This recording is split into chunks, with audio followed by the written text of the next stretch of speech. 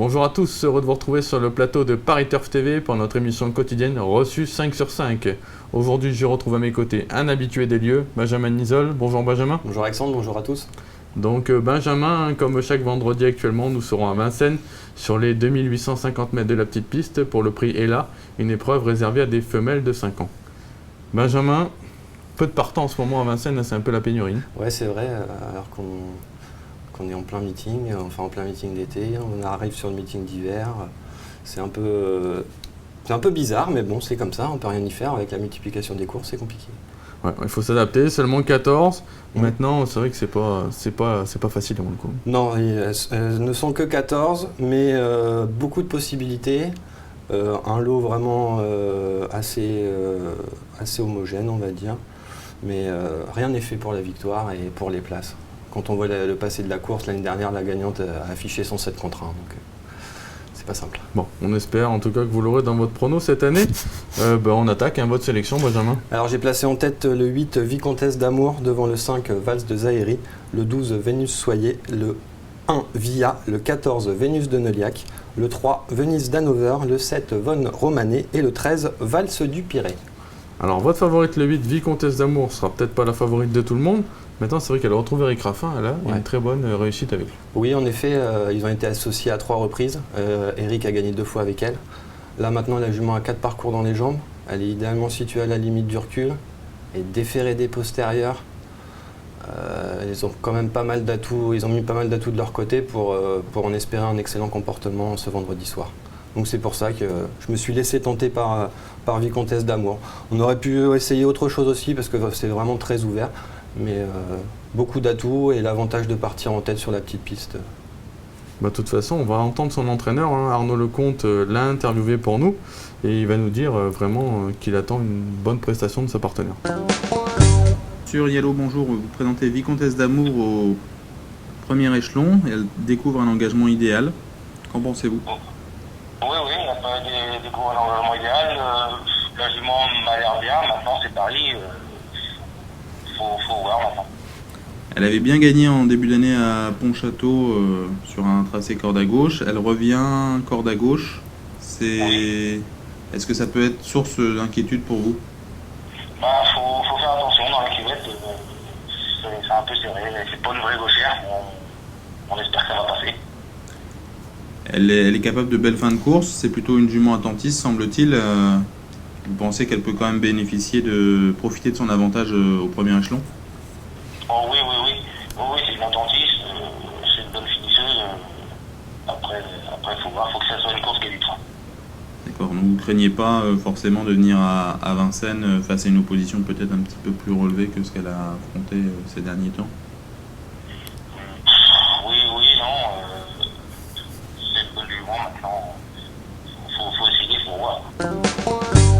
Bon, en tout cas, son mentor le précise. Attention au virage. Voilà, la cuvette, toujours un moment délicat à passer, mais si elle passe la cuvette comme il faut, je pense qu'on pourra compter avec elle.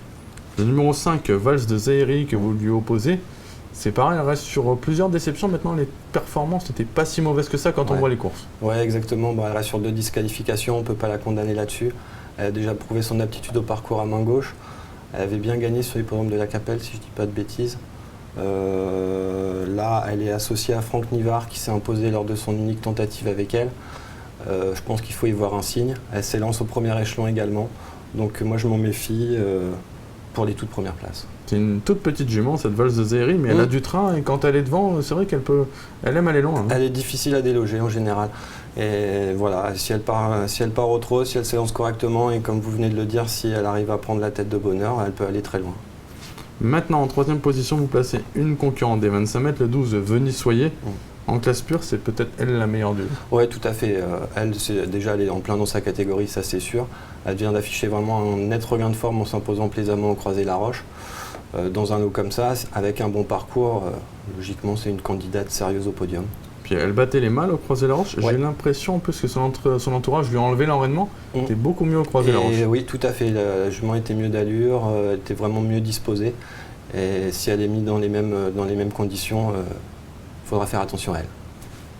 On fera attention bien évidemment à ce numéro 12, Venez Soyez. L'As Via, celle-là, c'est votre outsider de cette course. Ouais. Je sais que vous allez nous en dire le plus grand bien. Mais j'aime beaucoup cette jument. Bon, alors après, la musique n'inspire pas trop à la confiance. Par contre, elle a vraiment pas les gains en rapport avec sa qualité. On l'avait vu bien gagner plusieurs fois. Elle luttait souvent pour la victoire alors qu'elle a dû prendre le galop à 150 mètres, 200 mètres du poteau. C'est la moins riche du lot. Pas la moins douée. Pas la moins douée. Franchement, si elle s'élance au trot, si elle fait son parcours au trot, elle peut marcher un petit 15-2, 15-3, je pense, sur un parcours comme celui-là. Et elle peut faire afficher vraiment une belle cote à l'arrivée. Bon, on la prend pas Mais en ça sera base. tout ou rien. Soit elle est à l'arrivée, soit elle est disqualifiée. Mais voilà. C'est pour ça que je l'ai retenue parmi mes 5 premières. Donc, pas en base, mais à coup sûr dans un jeu élargi. Il faut Voilà. la mettre. Un outsider vraiment amusant. On vous fait confiance. Le 14, Vénus de Noyac, elle, c'est la mieux engagée. La dernière fois, ça s'est un peu mal passé. Ça s'est retrouvé le nez au vent de bonheur. Son entourage nous conseille de la reprendre et vous aussi. Du coup. Oui, on ne peut pas la condamner là-dessus. Comme vous l'avez dit, elle a été née au vent à un bon moment. Là, l'engagement est très favorable. Maintenant, la jument a 3 parcours dans les jambes. Donc, elle devrait vraiment approcher de son meilleur niveau. Dans un lot comme celui-ci, je pense qu'on est obligé de faire attention à sa candidature, au moins pour les accessites. Parce qu'il faudra rendre la distance. C'est toujours assez compliqué sur la petite piste. Donc, plutôt pour une 3, 4, 5e place. Écoutez, Benjamin, on fera confiance. On sait en tout cas, par contre, qu'elle est confirmée à Vincennes. Ouais. Contrairement à d'autres, c'est vrai que c'est un peu l'affrontement. Les juments en tête qui sont provinciales et les 25 mètres qui sont confirmées à la Vincennes. Ouais, c'est un peu l'énigme de la course, savoir si les provinciales vont réussir à devancer les parisiennes. En tout cas, il faut faire un mix des deux, on le voit dans votre sélection.